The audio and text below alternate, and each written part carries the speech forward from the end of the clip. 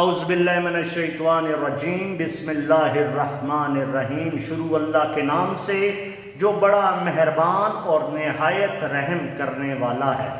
آج کا ہمارا ٹاپک ہے future continuous tense English grammar. Sir Ali Raza آپ کے انگلش گرامر ٹیچر موجود ہیں۔ ہر ٹینس میں نے آپ کو بتایا تھا ہمیں 3 چیزیں ملیں گی: سیدھے سادے سمپل سینٹینسز، پھر اس کے بعد ہم نے سیکھا نیگیٹو کے سینٹینسز جن سینٹینسز میں نہ یا نہیں کا استعمال کیا جاتا ہے، اور تیسری بات آئی انٹروگیٹو۔ انٹروگیٹو کو انٹروگیٹو سینٹینسز بھی بولتے ہیں۔ انٹروگیٹو سینٹینسز وہ فکرے ہوتے ہیں جن میں سوال پوچھا جائے۔ تو آپ دیکھتے ہیں فیوچر کنٹینیوس ٹینس میں کیا کرنا ہے۔ In future continuous tense we use will be or shall be, will be or shall be, and we add ing with the first forms of the verb.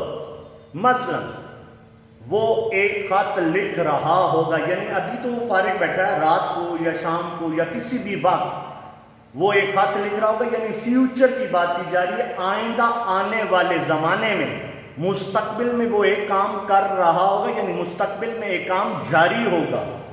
He will be writing a letter. میں نہا رہا ہوں گا۔ نہا نہیں کہتے، اکثر بچے کہتے ہیں میں نہا رہا ہوں، نہا رہا ہوں، نہا رہا ہوں۔ نو نو نو نو، میں نہا رہا ہوں گا۔ نہانا کیا بولتے ہیں؟ نہانا۔ آپ کو پتہ ہے آئی اور وی کے بعد شیل آتا ہے۔ I shall, we shall, I shall go, we shall go, I shall be going, we shall be going, اور باقی تمام پروناؤنس کے بعد ول آتا ہے۔